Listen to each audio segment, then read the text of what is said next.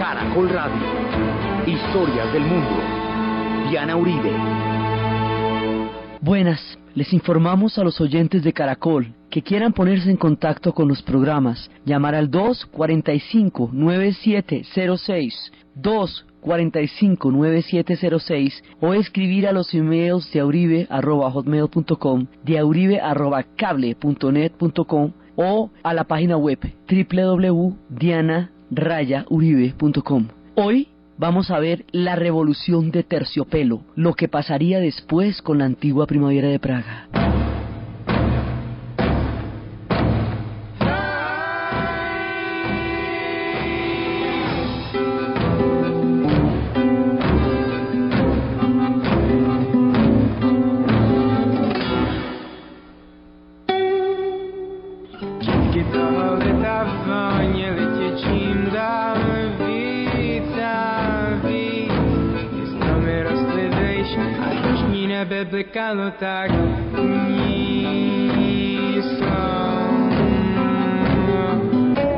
La vez pasada estábamos viendo lo increíble, cómo se había derrumbado ante nuestros ojos el muro de Berlín.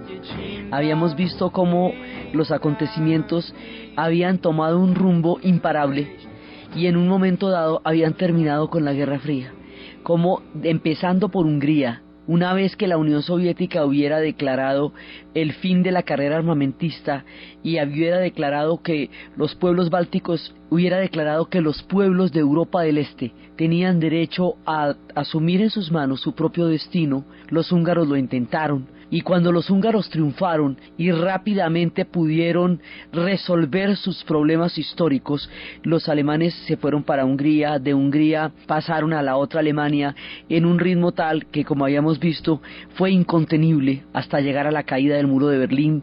Las alambradas habían caído que separaban a Austria de Hungría. Polonia, que fue aquella que había empezado todo el proceso en 1981 con el Sindicato de Solidaridad y con la presencia del Papa eslavo, del Papa polaco, de Karol Wojtyła en tierra polaca. Con eso nomás, su sola presencia había generado toda la oposición dentro de las iglesias católicas, que se convirtieron, digamos, en lugares clandestinos donde se cocinó el fin del comunismo en Polonia. Entonces, habíamos visto cómo los polacos, a la voz de lo que estaba pasando ellos, primero fueron reprimidos brutalmente en el 81, en tiempos todavía de Brezhnev, por Jaruzelski, pero cuando empieza la era de las reformas, cuando empieza toda esta oleada, entonces inmediatamente los polacos retoman las banderas, vuelven de nuevo a la lucha, vuelven de nuevo a las movilizaciones, Solidaridad vuelve a las calles, habiendo sido ilegalizada después de 15 meses de haber podido desplegar una nueva posibilidad para Polonia, y ahora de nuevo podían salir a las calles, podían protestar, llamaron a elecciones. Ellos decían que los polacos eran como una isla herética en medio de toda el bloque soviético. Entonces pues ellos evidentemente salieron inmediatamente a las calles, llamaron a elecciones, perdió el Partido Comunista, sube Solidaridad, y en ese momento, por primera vez, algo le sale bien a los polacos, que todo les había salido tan catastrófico. Los polacos que habían sido repartidos durante el pacto de no agresión entre Stalin y Hitler, los polacos que habían sido invadidos, motivo por el cual empezó la Segunda Guerra Mundial, los polacos que habían sido luego entregados en las conferencias de Yalta y Potsdam a Stalin, los polacos que habían sido también masacrados en el 53 en el 51 cuando Gomulka intentó las reformas, los polacos que habían creado lo de Solidaridad, 15 meses de un tiempo posible, y luego otra vez el contragolpe que les había hecho Jaruzelski. Esta vez sonó el tiempo para Polonia, y esta vez en lo que llamaremos la Revolución de Terciopelo. Después les cuento por qué se llamará la Revolución de Terciopelo y por quiénes. Esta vez, cuando los polacos salen a las calles y llaman a elecciones, es la primera vez a la hora del té que Polonia va a ser capaz de decidir su propio destino desde, vete tú a saber cuándo, porque 150 años duraron disueltos como Estado Nacional en tiempos de Catalina la Grande, cuando entre Austria, Prusia y Rusia se los repartieron. Después de la Primera Guerra Mundial, los polacos existieron como país, pero fue breve su destino, porque como habíamos visto, se lo repartieron en 1938 en el Pacto de No Agresión entre Stalin y Hitler, y de ahí en adelante, desde el Pacto de No Agresión hasta estos días del 89, los polacos han estado en manos de alguien, primero de los nazis y luego de los soviéticos, de tal manera que ellos no van a poder decidir nada sino hasta la revolución de terciopelo, la llamada revolución de los valores. Entonces, esta es la hora en que suenan las campanas y suena el momento de la historia para que Polonia tenga en sus propias manos su destino, o sea que Polonia viene a nacer como una nación libre en 1989. Se le fue el siglo XX entre reparticiones y traiciones, después de que el siglo XVIII y XIX la había repartido entre 3 imperios. Es una historia muy dura la de los polacos, pero les llegó el día y desarrollaron su proyecto y pudieron escoger qué era lo que querían y pudieron ir a elecciones, y era una novedad que a los polacos no los aplastaran, era una novedad que aceptaran su hecho herético, como ellos mismos lo decían, teniendo en cuenta que los polacos siempre se opusieron a la Unión Soviética, nunca quisieron formar parte del bloque soviético, pero no tuvieron ninguna alternativa. Hubo otros pueblos que de una u otra manera llegaron a creer mucho más en el bloque soviético, pero los polacos nunca. Y por eso es que los polacos van a ser por donde va a empezar toda la revolución, casi una década antes, en el 81, unos años antes, y ahora ya no es sino montarse en el tren, o sea, ya no hay que hacerlo arrancar como tocaba hacerlo en el 81 y mirar a ver qué era lo que le fuera a pasar a usted haciendo eso, sino ya arrancó el tren, usted se monta en el tren donde están los demás, usted ya sabe para dónde va, ya la cosa está lista y ensayada, solo que ahora por primera vez funciona, y es la primera vez que mencionamos a Polonia en estos programas y que le sale bonito y que tiene final feliz, porque normalmente siempre que mencionamos a los polacos cosas terribles les están sucediendo. Entonces así Polonia se vincula a la llamada revolución de terciopelo.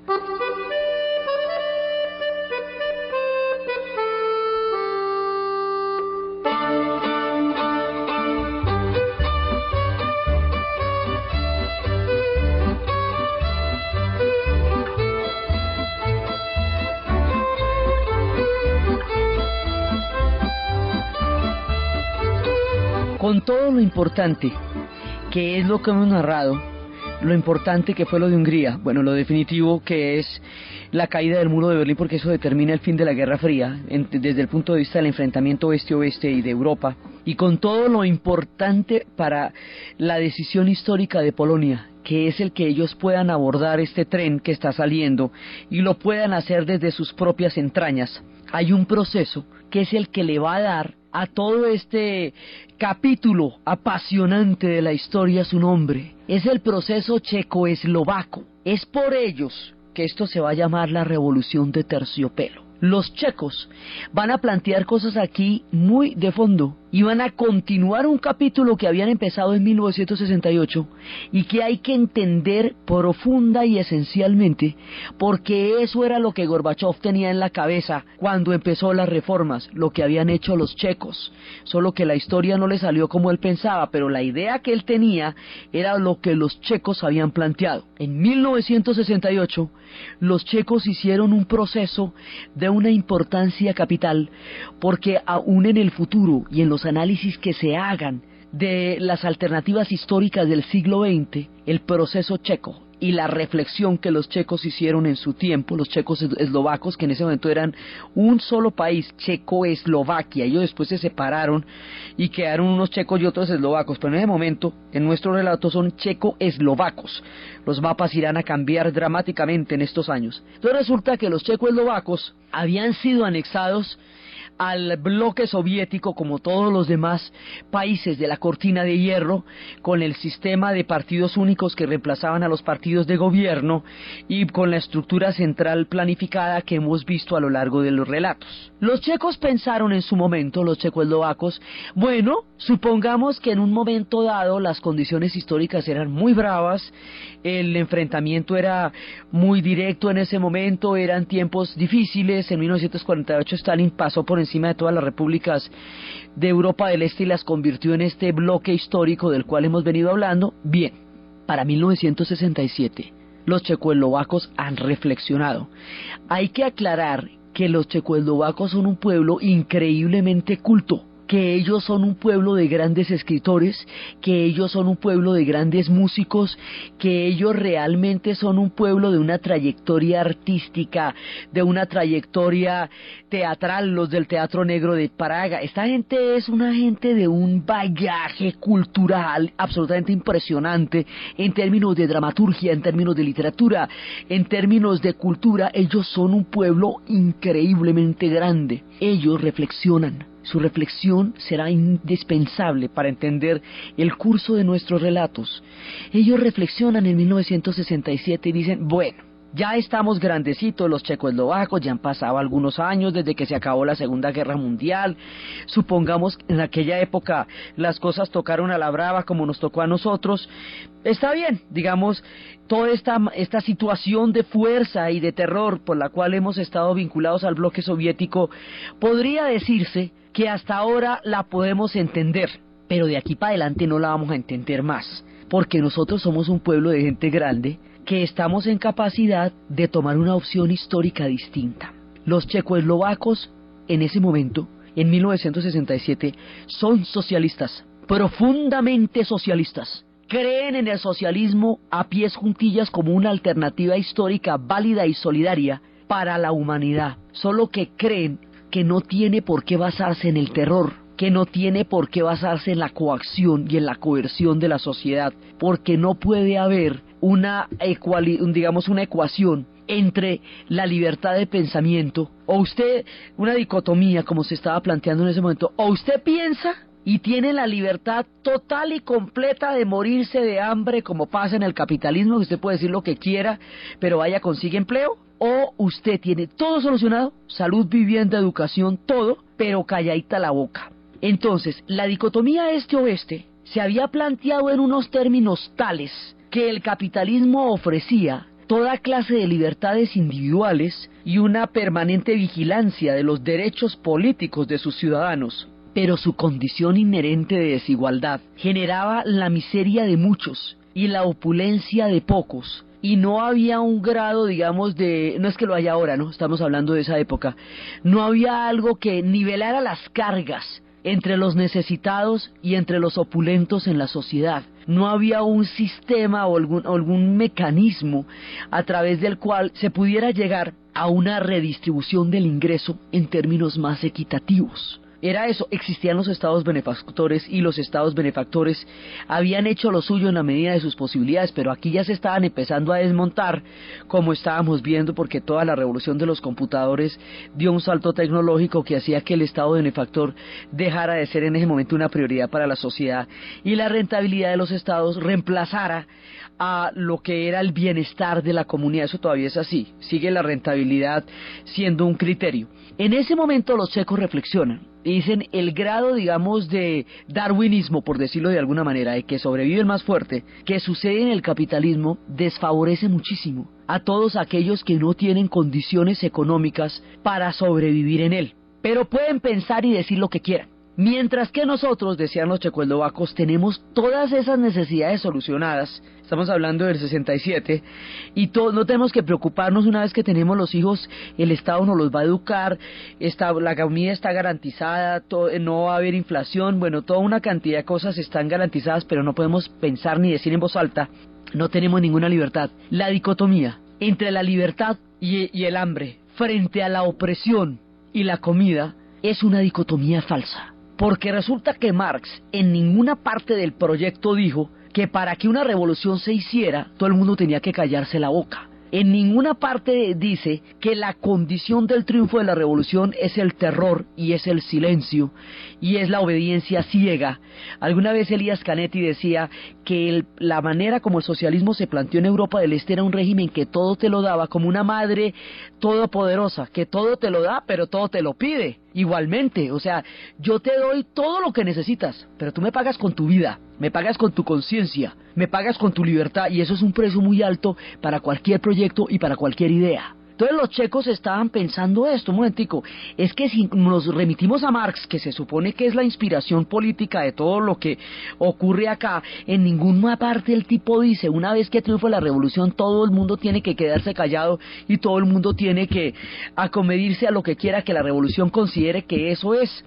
Entonces se ponen a pensar, ¿cómo lograr una integración de lo mejor de ambos sistemas? ¿Cómo lograr la cobertura y la equidad en términos sociales que el socialismo le estaba dando en ese momento a la sociedad, pero también cómo lograr la libertad y cómo lograr la capacidad crítica que les había sido aplastada por el régimen soviético? Se inventan una nueva teoría, un punto intermedio entre los dos sistemas. En las épocas de mayor confrontación, pues en las épocas álgidas, ellos se inventan una manera de conciliar las ventajas de un sistema con las ventajas del otro. Se inventan un punto intermedio que ellos van a llamar socialismo con rostro humano.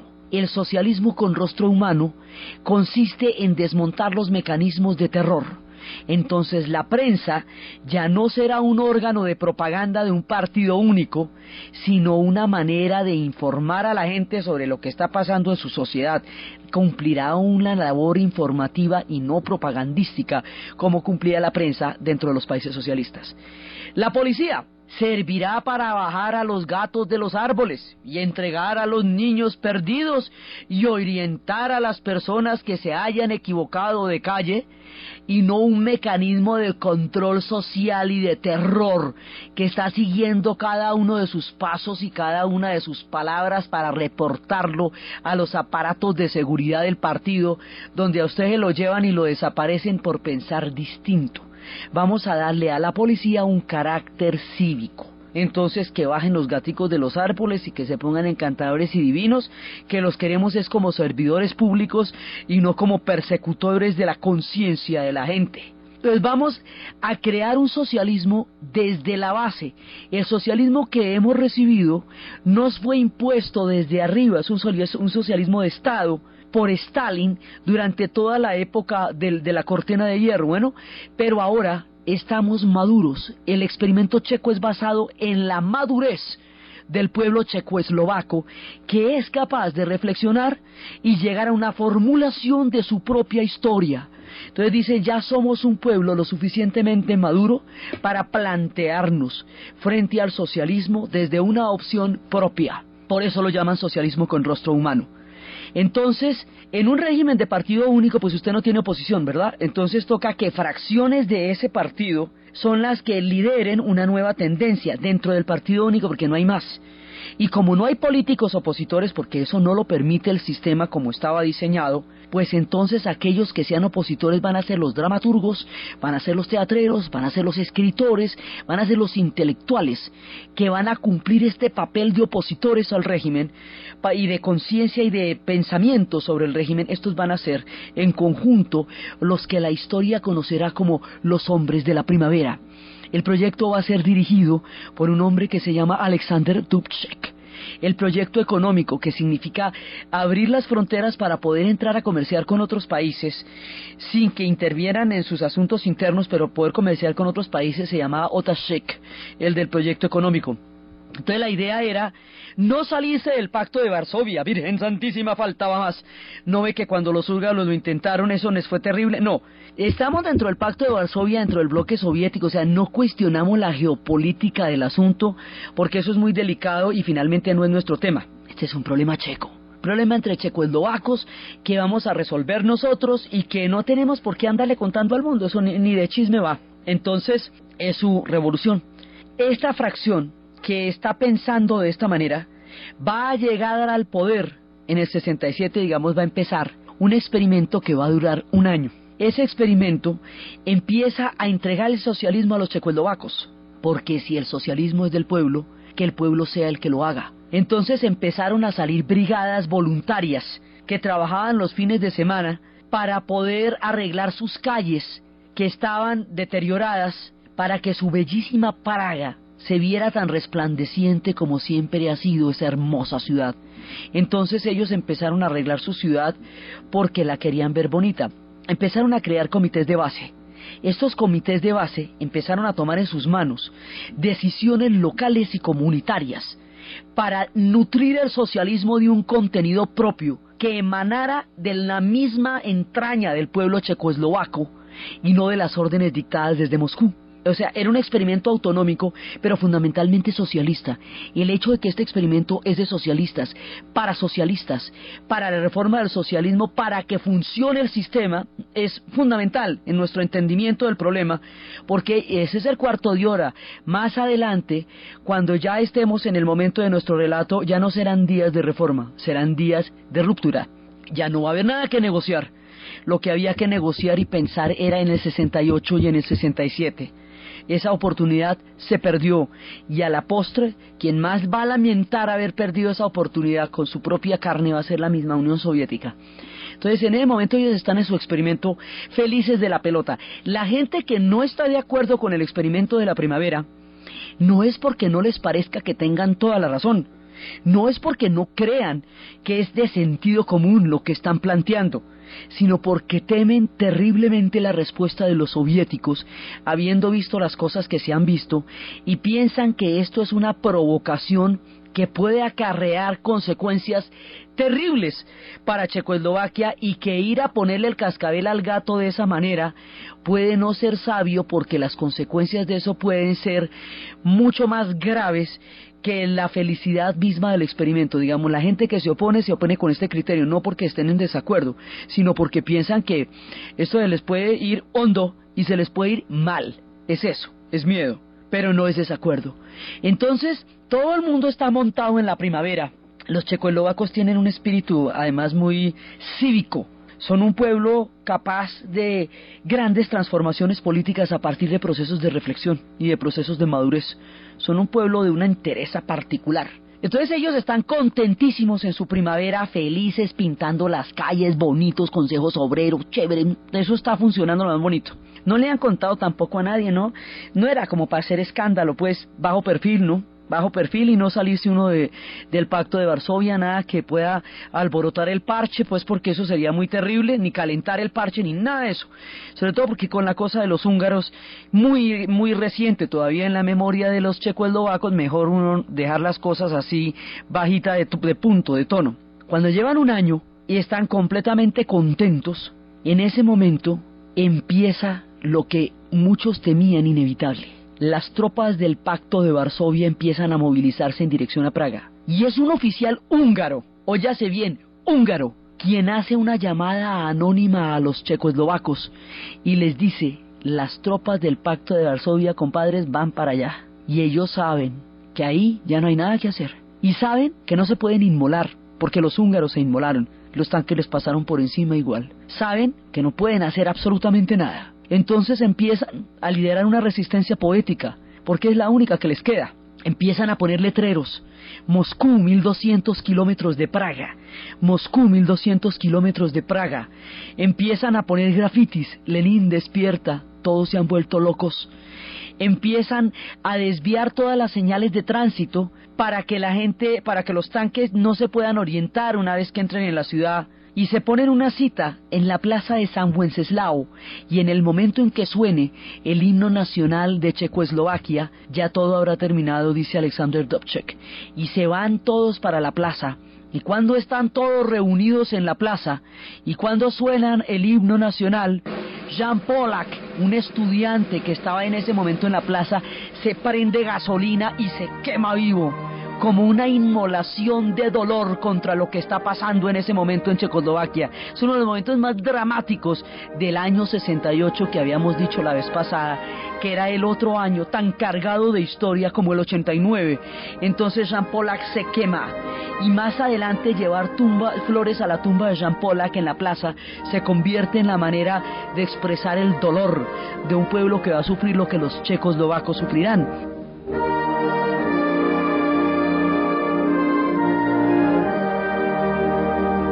Entonces en ese momento los tanques entran, aplastan la primavera, inmediatamente empieza el mecanismo del terror. Todos les empiezan a quitar los pasaportes a los que están saliendo.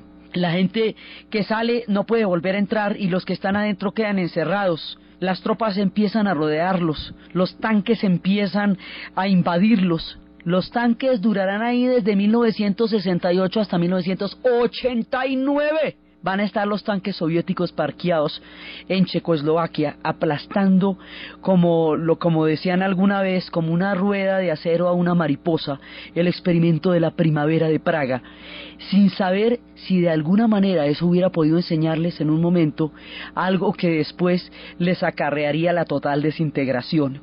Estos eran tiempos de Khrushchev, y siendo Khrushchev un tipo partidario de la política de distensión, sin embargo mandó los tanques para allá y se acabó la dicha. Se acaba el experimento y a partir de ahí viene la represión. A partir de ese entonces uno se tiene que exilar. De ahí sale un tipo que después sería un gran cineasta y que sus películas todas son una utopía frustrada, un sueño roto, una canción herida en la mitad de su entonación. El tipo se llama Milos Forman y va a hacer películas como Atrapado sin salida, que es precisamente un canto a la libertad aplastada a través de este personaje del hospital psiquiátrico que va a protagonizar Jack Nicholson con una maestría más allá de todos los dioses que tocan a los actores. Él va a ser el que más adelante haga Hair, que es otra expresión de lo mismo, porque Berger, el soñador, va a terminar inmolado también en Vietnam. Son siempre sueños rotos los que Milos Forman nos va a contar en el cine, porque su propio sueño fue aplastado y él vivió eso. El que se fue, el que se queda para contarnos la dimensión de la tragedia es Milan Kundera. Y las novelas de Milan Kundera, la insoportable levedad del ser, la broma, todas son novelas contando la tragedia de la primavera. ¿Qué pasa? Que la broma consiste en que después a los intelectuales los van a poner a lavar platos, van a disfuncionalizar a los artistas de su quehacer y los van a trasladar a otro campo donde su vida carezca de sentido para matar su alma. Los van a llevar a ejercer oficios para los que no están preparados y que para ellos no tienen sentido, y los van a deprivar del mundo de las letras y del mundo de la música, que era para lo que habían nacido. Como este pueblo es tan fuerte culturalmente, este tipo de castigo es particularmente venenoso y demoníaco. Entonces van a quedar durante 25 años atrapados. Alexander Dubček durará 25 años en la cárcel. Václav Havel 12. Los hombres de la primavera van a pagar muy duro su utopía. Y en ese momento la única oposición que hubo era poner flores en la tumba de Jean Pollack, porque todos los sueños habían muerto. Ahí no se pudieron hacer las reformas, pero es que ese era el cuarto de hora, era el tiempo y el lugar, cuando se podía pensar en una reflexión sobre cómo remover del modelo soviético el esquema de terror, que más adelante, cuando ya estemos en casa, es decir, en la Unión Soviética, se verá cuál era el soporte político e ideológico del terror y cómo eso lo va a señalar George Orwell en 1984. Eso lo veremos en su momento porque es la base de cómo se mantenían estos regímenes. Entonces, en ese momento, los checos están aplastados. 25 años va a durar una generación completamente amargada por el sueño de haber tocado con las manos en un momento la utopía y que se les vaya y que se les haga infinitamente lejana y que pasen 25 años soñando como alguna vez fueron libres, siquiera por unos segundos, siquiera por unos instantes, y después ya no lo pueden ser. La tragedia de la primavera marcará la vida de esta generación y será la siguiente la que retome los banderas cuando están saliendo estos trenes de transformaciones para sacar adelante el proyecto de la primavera. Ya no será la reforma, ya será la caída, serán otros tiempos de la historia en que los checos salgan a las calles.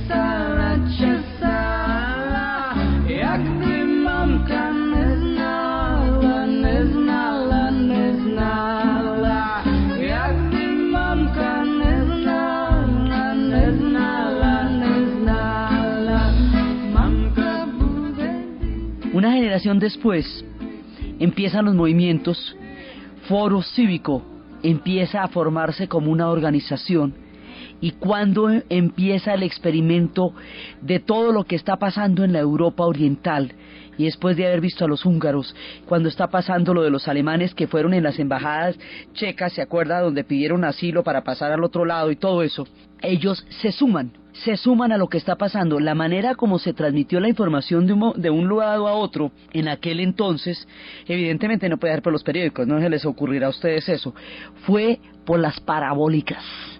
Las señales de las parabólicas no podían ser controladas, y de pronto usted empezaba a ver en los noticieros que en el país de al lado estaba pasando semejante cantidad de cosas, y decía, bueno, ligerito nos vamos a montar en este tren porque antes de que nos deje. Entonces los checos se van a montar ahí, en ese tren.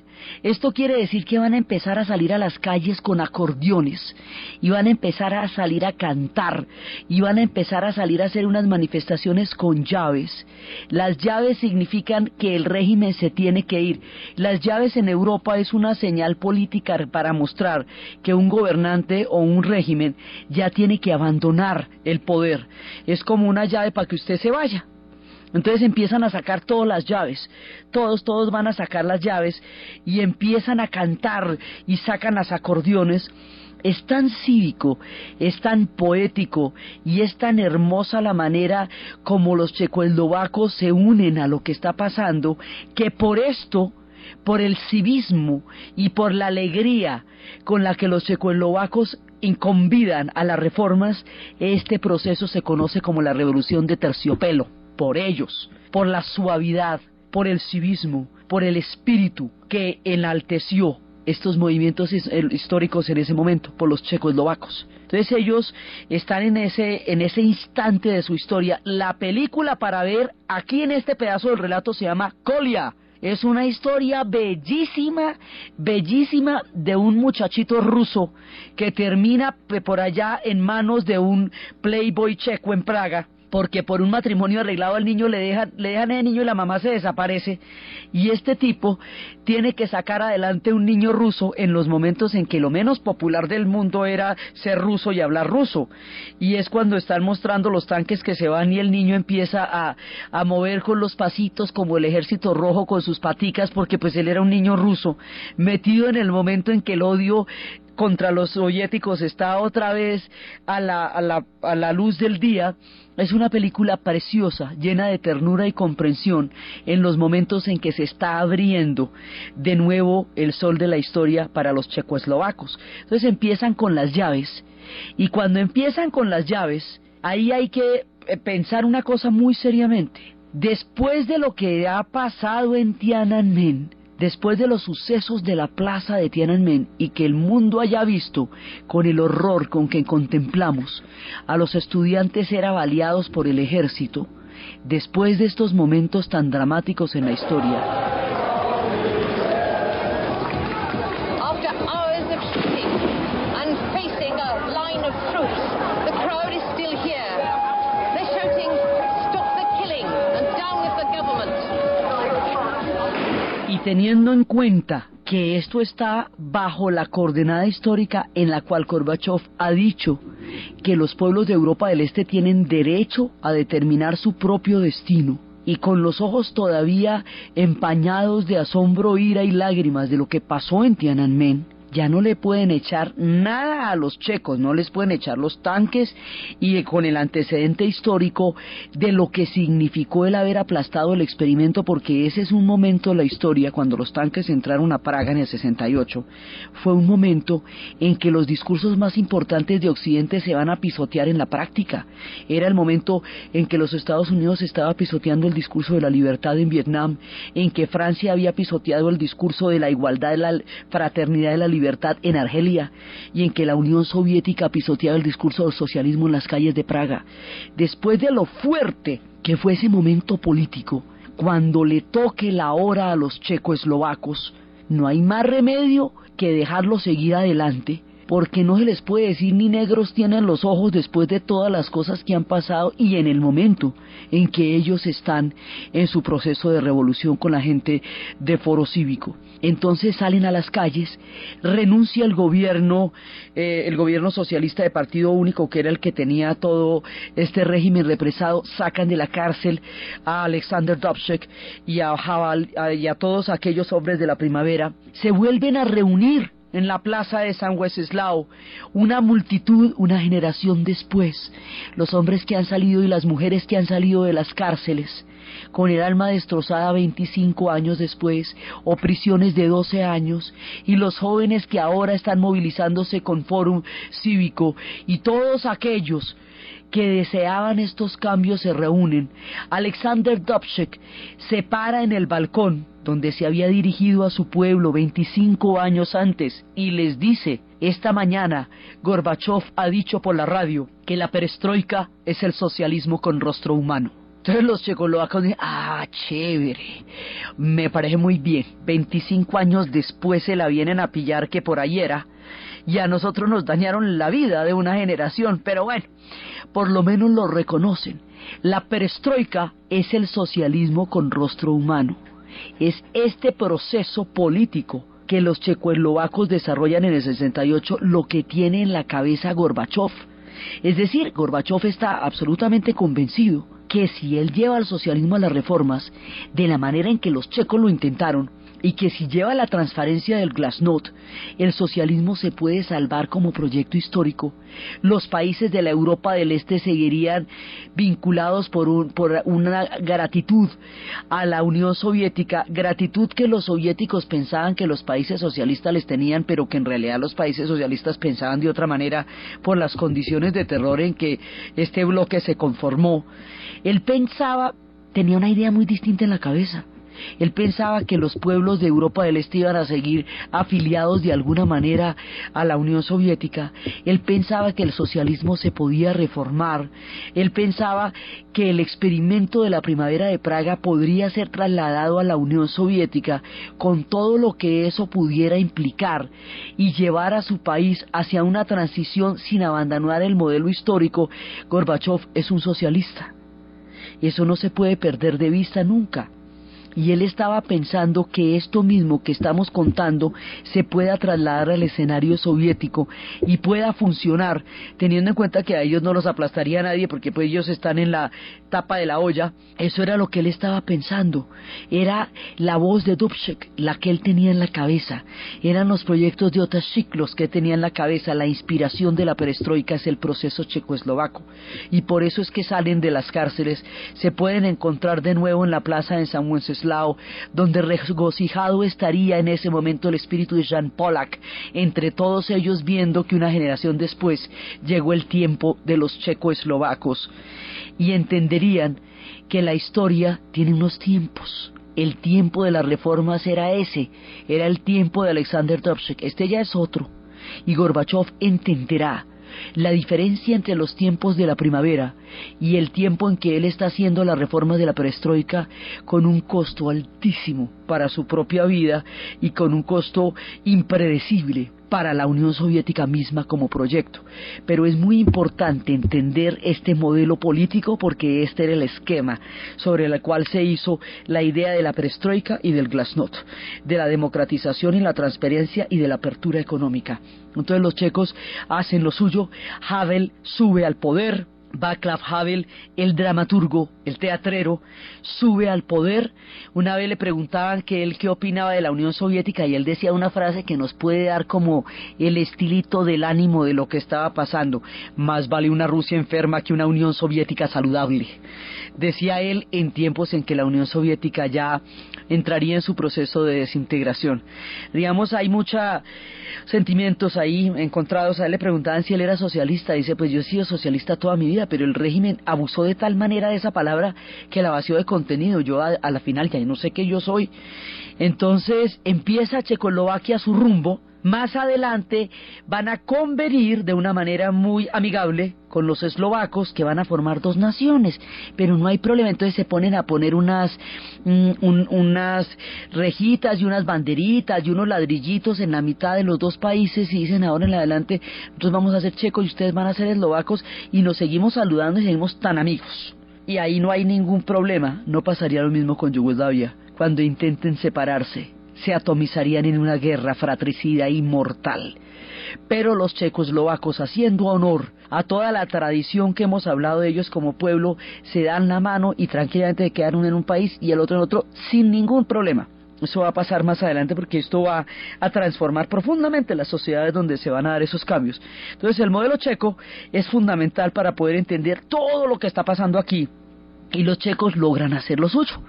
Logran salir adelante, Havel va a entrar al poder, Alexander Dubček va a morir de una manera absurda. Un día lo coge un carrole, después de todo lo que pasó, 25 años en la cárcel, todo, el viejito va por ahí caminando y un carro lo coge y lo mata, de la manera más gratuita, a uno de los hombres más grandes dentro de los modelos políticos del siglo XX, aunque su perfil no haya sido el más notado, ni el más sonado, ni el más notorio. Él es un hombre trascendental por todo lo que concebieron como proyecto político, y en el futuro esto todavía deja una serie de interrogantes acerca de la viabilidad de lo que se estaba planteando como debate en ese momento, porque las sociedades actuales todavía no han resuelto este dilema que planteaban los checos entre libertad y comida. Ahora las cosas son diferentes, pero todo esto esto todavía no está arreglado en la historia. Todavía no hay una respuesta para ese equilibrio que estaban proponiendo en su momento los checos. Las sociedades modernas no han encontrado un punto medio donde la libertad y la satisfacción de las necesidades básicas de la mayoría de las poblaciones del planeta Tierra sean posibles simultáneamente, que era lo que querían los checos en una integración de los dos sistemas que habían desgarrado la historia del siglo XX en el enfrentamiento de este a oeste. Por eso, siempre la reflexión de ellos cabe en la historia del pasado y del presente y del futuro. Entonces, este es el caso de los checoslovacos. Ahora, ¿por qué todo el tiempo hemos tenido una sensación de estar caminando sobre huevos? ¿Por qué todo el tiempo hemos tenido una sensación de miedo, de que algo terrible va a pasar? Los checoslovacos en un momento dado también sentían que la cosa estaba tan tensa, decía Havel, que una bola de nieve podía generar una avalancha. Ellos sabían que el socialismo iba a caer, pero no sabían cómo ni de qué manera, y encontraron su manerita con acordeones y todo de sacar adelante su proyecto. Los húngaros hicieron otro tanto, empezando toda nuestra historia. Los alemanes lo lograron con ese pánico de pensar que en un momento dado les fueran a echar los tanques encima. Los polacos salieron adelante con su proyecto, pero siempre estamos pensando que algo malo puede pasar. Siempre estamos pensando que qué tal que esto no salga así de bonito, que de tan bueno no dan tanto, que tan chévere, que tan lindo, y que qué tal que no nos salga tan bonito. Todo lo que estamos pensando que puede pasar, este caminar sobre huevos, esta sensación de frágil equilibrio que en algún momento se puede romper hacia la tragedia, este miedo de que tanta alegría nos vaya a costar caro, sí pasó. Este terror de que algo saliera mal, salió mal en Rumania. Los rumanos pagaron con sangre el intentar montarse en el tren de la historia. Fue allá donde los huevos se rompieron, donde el frágil equilibrio condujo a la tragedia. Fue allá donde lo suyo no fue de terciopelo.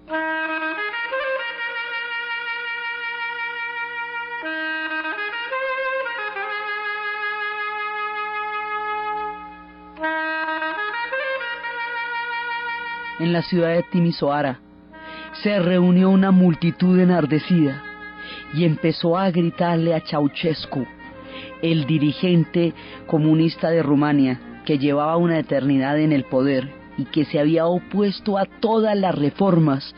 Habíamos hablado cómo Gorbachov habló con él y no logró obtener nada, como él y Honecker eran los únicos dos que no tenían ninguna disponibilidad para entender el rumbo de los cambios.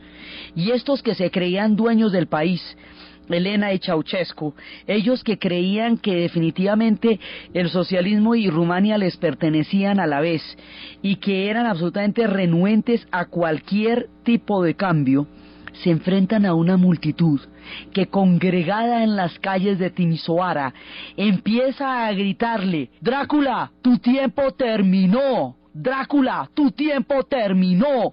Y empiezan a gritarle enardecidos que se vaya, que ya no lo quieren ahí. Y en el momento en que le están gritando a Drácula que se vaya de Rumania, donde queda Transilvania, sí, en ese momento les van a echar encima a los soldados y van a matar 73 personas en Timisoara. El asesinato de la gente de Timisoara va a hacer que la manifestación en Bucarest, en la capital, sea mucho más grande y empiecen a preguntar: ¿qué pasó en Timisoara? ¿Qué pasó en Timisoara? Y entonces, bueno, ¿quiere ver qué pasó en Timisoara? Bueno, pues lo mismo, y arrancan a dispararles. Y digamos, hay un momento en que esto se va a poner terrible. Ceausescu hace una locución presidencial agradeciéndole a la población que salga a la calle a vitorearlo y apoyarlo, en un acto de cinismo demencial del que después hablaremos cuando estemos contando las historias de Orwell, de cómo se manejan mensajes completamente equívocos de una manera deliberada, como un cinismo oficial para mantener políticamente a la gente alineada. Ese tipo les dice que qué maravilla que lo salgan a vitorear cuando el pueblo lo está expulsando visceralmente. Y está transmitiendo esa locución presidencial cuando de pronto las emisoras dejan de transmitir, son arrestados. Ellos primero salen en un helicóptero a 65 kilómetros apenas de Bucarest. Después de haber toreado todo esto, los van a detener. La gente está toda en las calles, se necesita que todo el mundo salga a las calles, entre otras cosas para que puedan creer que estos tipos ya están detenidos. Los van a detener. Inmediatamente los bajan del helicóptero a Elena y a Ceausescu, les hacen un juicio sumario y los ejecutan. Y los prematan, porque después de que los matan hacen una ejecución pública para el mundo. Pero los franceses se tomaron la minuciosa labor de desbaratar fotograma por fotograma el video que el mundo conoció y se dieron cuenta que estos tipos ya estaban muertos antes, o sea, estaban prematados. Entonces los cogen, les pegan un tiro rápidamente y luego sí los amarran y los ejecutan con ceremonia, como el resultado de un juicio sumario por genocidio contra el pueblo rumano. Y sus cadáveres, cayendo bajo las balas, van a recorrer el mundo entero en los noticieros con una imagen dantesca del fin de un tirano que su propio pueblo ha llevado a la muerte después de que había hecho horrores. Horrores es que a esta gente la habían maltratado muchísimo. Los rumanos tuvieron jornadas de racionamiento de 6 y 7 horas porque tenían deudas económicas muy grandes. Cada uno de estos sistemas va a enfrentar problemas económicos muy duros, que es lo que va a llevar también a que todas estas revoluciones se hagan.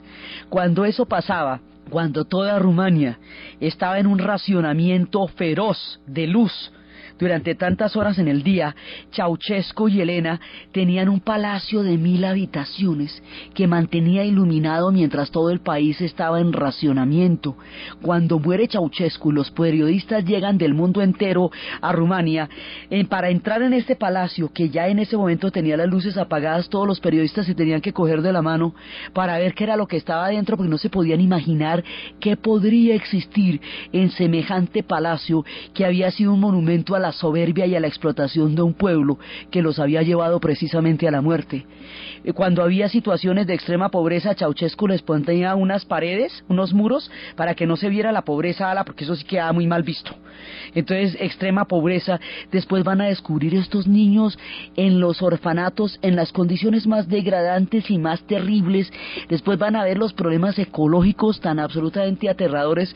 La ecología juega un papel importantísimo en la revolución de Terciopelo, porque el modelo de desarrollo soviético de los altos hornos y de la industria pesada es altamente contaminante, y la ecología se consideraba en Europa del Este un discurso burgués, compañero.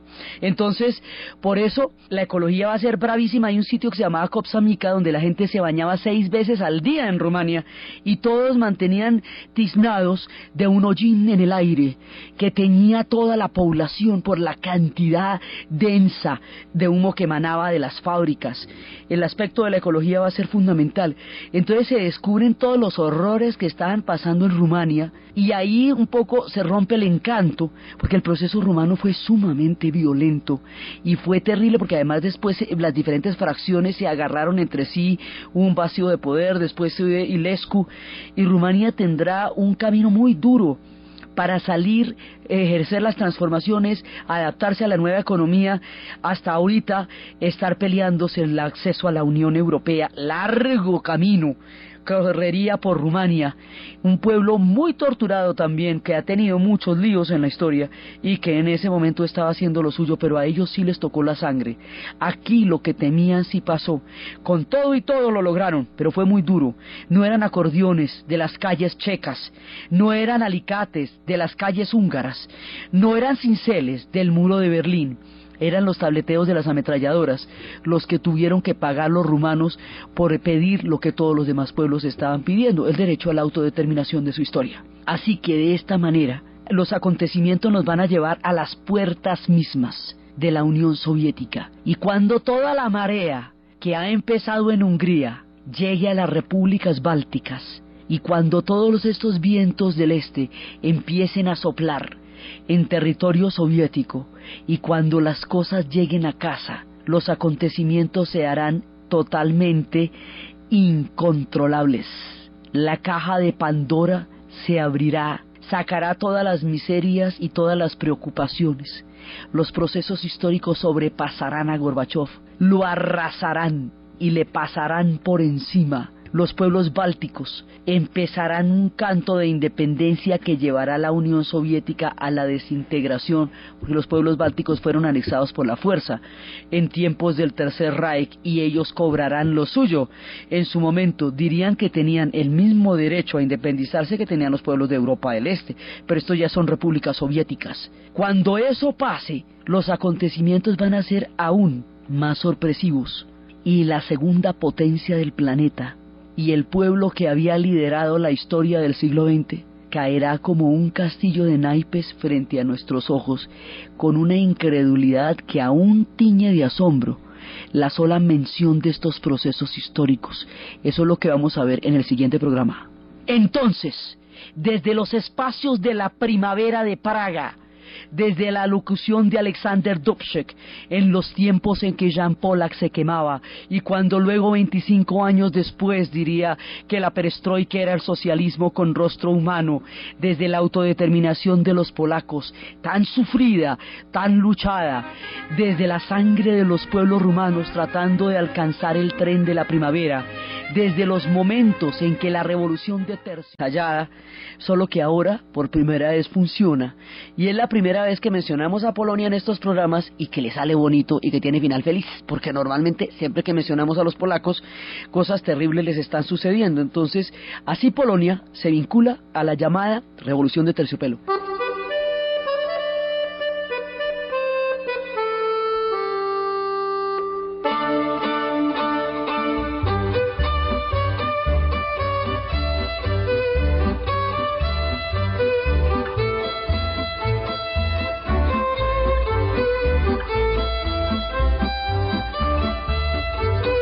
Con todo lo importante que es lo que hemos narrado, lo importante que fue lo de Hungría, bueno, lo definitivo que es la caída del muro de Berlín, porque eso determina el fin de la Guerra Fría, desde el punto de vista del enfrentamiento oeste-oeste y de Europa, y con todo lo importante para la decisión histórica de Polonia, que es el que ellos puedan abordar este tren que está saliendo y lo puedan hacer desde sus propias entrañas. Hay un proceso que es el que le va a dar a todo este capítulo apasionante de la historia su nombre. Es el proceso checo-eslovaco. Es por ellos que esto se va a llamar la revolución de terciopelo. Los checos van a plantear cosas aquí muy de fondo y van a continuar un capítulo que habían empezado en 1968 y que hay que entender profunda y esencialmente, porque eso era lo que Gorbachov tenía en la cabeza cuando empezó las reformas, lo que habían hecho los checos, solo que la historia no le salió como él pensaba, pero la idea que él tenía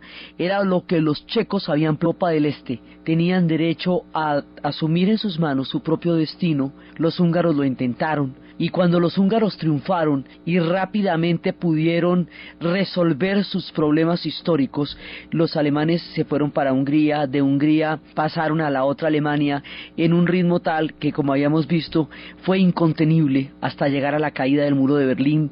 Las alambradas habían caído que separaban a Austria de Hungría. Polonia, que fue aquella que había empezado todo el proceso en 1981 con el Sindicato de Solidaridad y con la presencia del Papa eslavo, del Papa polaco, de Karol Wojtyła en tierra polaca. Con eso nomás, su sola presencia había generado toda la oposición dentro de las iglesias católicas, que se convirtieron, digamos, en lugares clandestinos donde se cocinó el fin del comunismo en Polonia. Entonces, habíamos visto cómo los polacos, a la voz de lo que estaba pasando ellos, primero fueron reprimidos brutalmente en el 81, en tiempos todavía de Brezhnev, por Jaruzelski, pero cuando empieza la era de las reformas, cuando empieza toda esta oleada, entonces inmediatamente los polacos retoman las banderas, vuelven de nuevo a la lucha, vuelven de nuevo a las movilizaciones.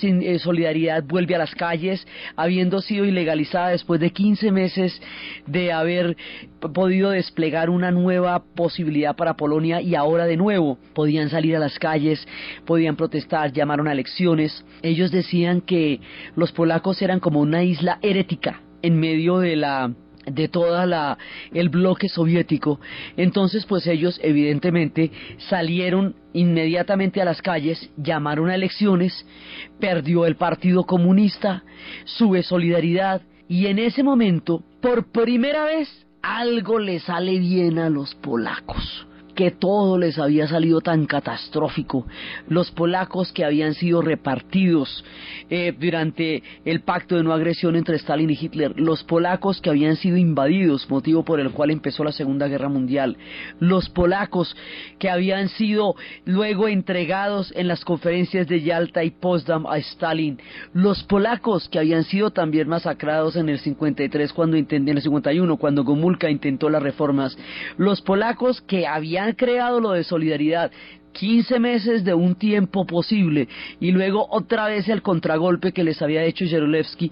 Esta vez sonó el tiempo para Polonia, y esta vez en lo que llamaremos la Revolución de Terciopelo. Después les cuento por qué se llamará la Revolución de Terciopelo y por quiénes. Esta vez, cuando los polacos salen a las calles y llaman a elecciones, es la primera vez a la hora del té que Polonia va a ser capaz de decidir su propio destino. Desde, vete tú a saber cuándo, porque 150 años duraron disueltos como Estado Nacional en tiempos de Catalina la Grande, cuando entre Austria, Prusia y Rusia se los repartieron. Después de la Primera Guerra Mundial, los polacos existieron como país, pero fue breve su destino, porque como habíamos visto, se los repartieron en 1938 en el pacto de no agresión entre Stalin y Hitler, y de ahí en adelante, desde el pacto de no agresión hasta Caracol Radio.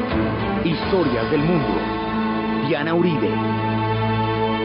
Buenas, les informamos a los oyentes de Caracol que quieran ponerse en contacto con los programas, llamar al 245-9706, 245-9706, o escribir a los emails diauribe@hotmail.com, diauribe@cable.net.com, o a la página web www.diana-uribe.com. Hoy vamos a ver la Revolución de Terciopelo, lo que pasaría después con la antigua Primavera de Praga.